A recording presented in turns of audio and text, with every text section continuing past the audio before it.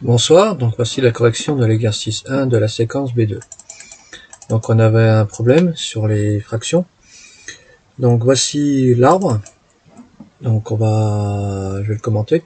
Donc dans un collège de 576 élèves, les 7 neuvièmes sont numéropensionnaires, donc forcément ça veut dire que les 2 neuvièmes sont non numéropensionnaires. Parmi les non d'épée, les 7 16e sont des garçons, donc 7 16e des garçons, donc il reste 9 16e qui sont des filles.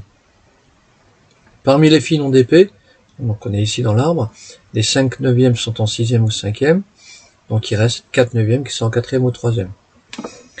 Donc voici la représentation sous forme d'un arbre. Alors, la deuxième question, calculer la fraction des élèves qui représentent les filles non d'épée en 4e ou 3e. Donc on veut savoir la fraction de ces élèves-là par rapport au total. C'est-à-dire qu'on veut savoir exactement quelle fraction on va mettre sur cette nouvelle branche qui nous permet de passer des élèves jusqu'à le nombre, les filles non d'épée qui sont 4e ou 3e.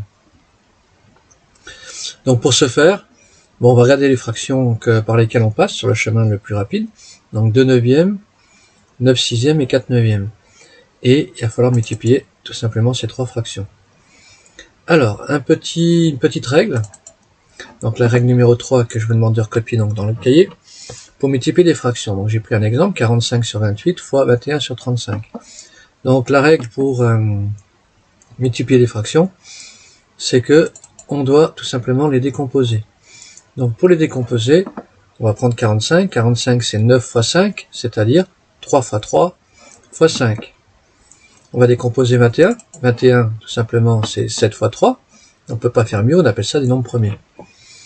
On va décomposer le 28, donc 28 c'est 7 fois 4, donc c'est-à-dire 7 fois 2 fois 2. Et enfin pour finir, 35 c'est 7 fois 5, on ne peut pas faire mieux que ça. On va ensuite simplifier. Donc à chaque fois qu'on a un nombre en haut et un nombre en bas qui sont identiques, donc on va diviser par ce nombre. Donc moi j'ai barré, mais ça veut dire dans tous les cas que je simplifie. Donc je divise par 5 en haut, je divise par 5 en bas, donc ça fait un résultat de 1. Je divise par 7 en haut, je divise par 7 en bas, ça fait un résultat de 1. Donc la règle après, c'est qu'on multiplie tout simplement les nombres restants. C'est-à-dire 3 fois 3 fois 1 fois 1 fois 3, et en bas, 1 fois 2 fois 2 fois 7 fois 1. Ce qui nous donne tout simplement 3 fois 3 fois 3, 27, et 7 fois 2 fois 7, ça fait 28. Donc ça donne la fraction 27 28e.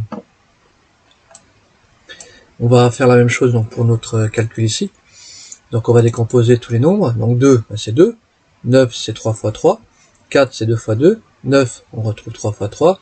16, c'est 2 fois 2 fois 2 fois 2. Et 9, c'est 3 fois 3. Donc là, je vais pas barrer pour qu'on puisse voir quand même. Donc je vais entourer les nombres qu'on simplifie en haut et en bas.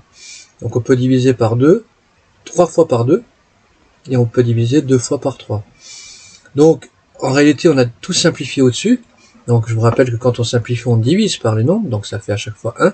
Donc, 1 fois 1 fois 1 fois 1, ça fait 1. Sur 2 fois 3 fois 3, ça nous donne 18. Donc, 1 18e, la fraction. Donc, petite phrase réponse. 1 18e des élèves sont des filles non d'épée en 4e ou 3e. Et pour la dernière question, on vous demande de calculer le nombre de filles non d'épée en 4e ou 3e. Soit je reprends le chemin des trois branches, soit je prends le chemin direct. Donc on peut se permettre directement de faire 576 fois la fraction 1 18e, ce qui nous donne 32.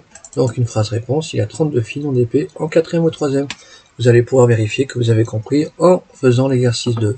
À bientôt.